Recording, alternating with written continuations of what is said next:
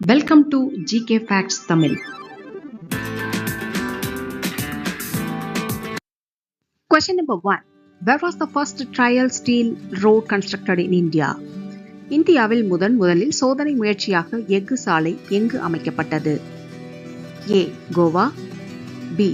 Surat, C. Amritsar, D. Visakhapatnam. Answer B. Surat.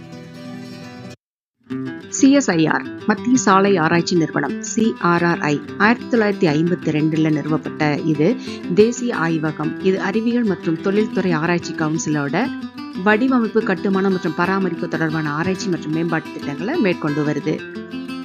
குஜராத்தில் சூரத்தில் உள்ள ஹசிரா துறைமுக சாலையில எஃகு சாலை அமைக்கப்பட்டிருக்கு.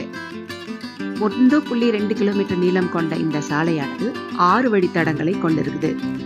இந்த சாலையானது ஏப்ரல் 2022 கட்டப்பட்டது. இந்த சாலை 100% பதப்படுத்தப்பட்ட எஃகு கசடு திரட்டுகளால் ஆனது. இதற்கு இந்த தொழில்நுட்ப முயற்சிக்காக தேசிய மற்றும் சர்வதேச அங்கீகாரமும் கிடைச்சிருக்கு.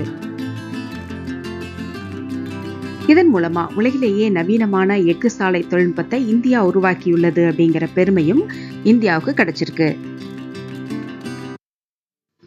Question number 2. Which organization has led efforts to limit the carbon emissions of the maritime industry globally? உலக அளவில் கடல் தொழில் சார்ந்த கார்பன் உமிழ்வை கட்டுப்படுத்த எந்த நிறுவன முயற்சிகளை முன்னெடுத்துள்ளது? A. உலக கடல் பாதுகாப்பு நிறுவனம், world marine conservation agency, B. இந்திய கடல் பாதுகாப்பு நிறுவனம், C. ஆஸ்திரேலிய கடல் பாதுகாப்பு நிறுவனம், D. உலக கடல் தொழில் நிறுவனம், world maritime organisation. Answer D. உலக கடல் தொழில் நிறுவனம், வேர்ல்ட் மெரிடைம் ஆர்கனைசேஷன். புவி வெப்பமயமாதலுக்கு காரணமாக அமைந்துள்ள பசுமையில்ல வாயுக்களை கட்டுப்படுத்தும் பல நடவடிக்கைகளை உலக நாடுகள் எடுத்து வருது. இந்த சூழ்நிலையில சர்வதேச கடல்சார் நிறுவனம் இன்டர்நேஷனல் மெரிடைம் ஆர்கனைசேஷன் IMO உலக நாடுகளின் பிரதிநிதிகளை ஒருங்கிணைத்து கடற்தொழில் சார்ந்த கார்பன் உமிழ்வை கட்டுப்படுத்தும் முயற்சிகளை எடுத்து வருது.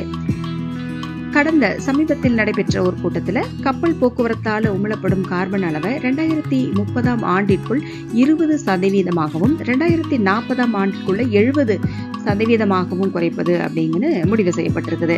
மேலும் 2050 ஆண்டுக்குள்ள கப்பல் போக்குவரத்தால் ஏற்படும் கார்பன் உமிழ்வை 0 ஆக்கவும் இலக்கு நிர்ணயம் செய்யப்பட்டிருக்குது. Question number 3. Which mammal is smaller than our finger? நம் கை விரலை விட சிறிய பாலூட்டி விலங்கு எது? A. எட்ரஸ்கன் ஸ்ரூ, B. மீர்கட், C. ஃபென்னக் நரி, D. கங்காரு எலி.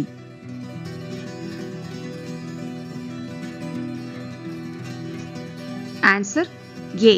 எட்ரஸ்கன் ஸ்ரூ.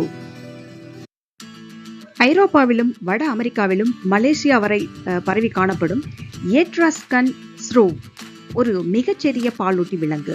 இது மிகவும் சுறுசுறுப்பாக இயங்கும். உருவத்தில் சிறியதாக இருந்தாலும் இதற்கு ஆற்றல் தேவை அதிகமாக இருக்கும். அதனால எப்போதும் பசி எடுத்துட்டே இருக்கிறதுனால தன் எடையை விட 2 மடங்கு உணவையும் இது உட்கொள்ளுது. இது சொரிசிடே குடும்பத்தை சேர்ந்தது. இதனுடைய சராசரி உயரம் 3.5 சென்டிமீட்டர்லேருந்து 5 சென்டிமீட்டர் வரை இருக்கும். எடை 1.3 கிராம்ல இருந்து 2.5 கிராம் வரைக்கும் இருக்கும். மனித விரலை விட சிறியதாக இருக்கும். முதுகு அதன் பக்கங்கள் பழுப்பு நிறத்திலும், வயிற்றுப்பகுதி வெளிர் சாம்பல் நிறத்திலும் இருக்கும். வாயை சுற்றி அடர்த்தியான குறுகிய மீசைகளும் இருக்கும். இது பெரும்பாலும் புலி, பூச்சிகள், சிறிய பள்ளிகள், எலிகள், தன்னை விட சிறிய விலங்குகளையும் இது இரையாக கொள்ளுது. இது அழியும் வாய்ப்பு குறைந்த இனம், least concern. Question number 4. Which research institute is involved in implanting a chip in the human brain? மனித மூளையில் சிப் பொருத்துவது தொடர்பாக எந்த ஆராய்ச்சி நிறுவனம் ஈடுபட்டுள்ளது? A. உலக நரம்பியல் நிறுவனம், B. Neuro assist institution, C. Neuralink நிறுவனம், D. நரம்பியல் ஆராய்ச்சி அமைப்பு நிறுவனம்.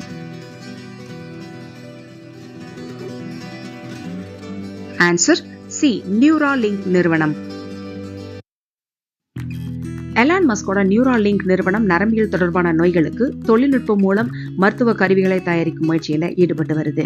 இதற்றின் மூலமா பக்கவாதம் உள்ளிட்ட நரம்பியல் தொடர்பான நோய்களால் பாதிக்கப்பட்டவர்களும் பார்வை குறைபாடு உள்ளவர்களும் ஸ்மார்ட் போன், கணினி உள்ளிட்ட சாதனங்களை பயன்படுத்த முடியும் அப்படின்னு நினைக்கிறாங்க.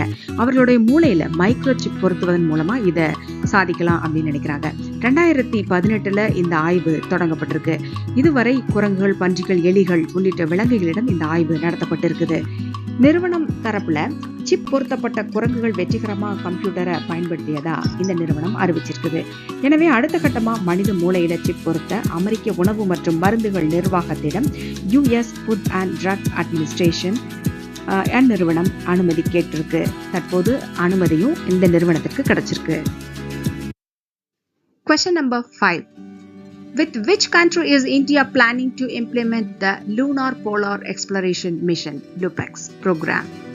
இந்தியா எந்த நாட்டுடன் இணைந்து சந்திர துருவ ஆய்வு பணி திட்டத்தை நிறைவேற்ற உள்ளது? A. Russia, B. Japan, C. America, D. Australia. Answer B. Japan. India கடந்த வருடம் சந்திரனின் தென் துருவத்தின் அருகே விக்ரம் லேண்டரை வெற்றிகரமாக தரையிறக்கி வரலாற்று சாதனை படைச்சது. லேண்டர்ல இருந்து பிரக்ஞான் ரோவர் வெளியே வந்து வேறு நட போட்டு இந்த சாதனையை தொடங்குச்சு. சந்திரயான் 3 திட்டம் வெற்றி பெற்றதை தொடர்ந்து ஜப்பான் நாட்டு விண்வெளி நிறுவனமான ஜாக்சாவுடன் இணைந்து சந்திரனுக்கு விண்கலனை இஸ்ரோ ஏவ திட்டமிட்டு இருக்கு. இந்த திட்டத்துக்கு லூபெக்ஸ் அல்லது சந்திர துருவ ஆய்வு அப்படின்னு பேர் வச்சிருக்காங்க. இந்த திட்டம் 2024-25 செயல்படுத்தப்படும் சொல்லியிருக்காங்க. அடுத்தது மேலும் சில சந்திரயான் திட்டங்களை செயல்படுத்தவும் தயாராகி வர்றதா செய்திகள் வெளியாகி இருக்கு. Thank you for watching. Don't forget to subscribe, like and share. See you tomorrow. Have a nice day.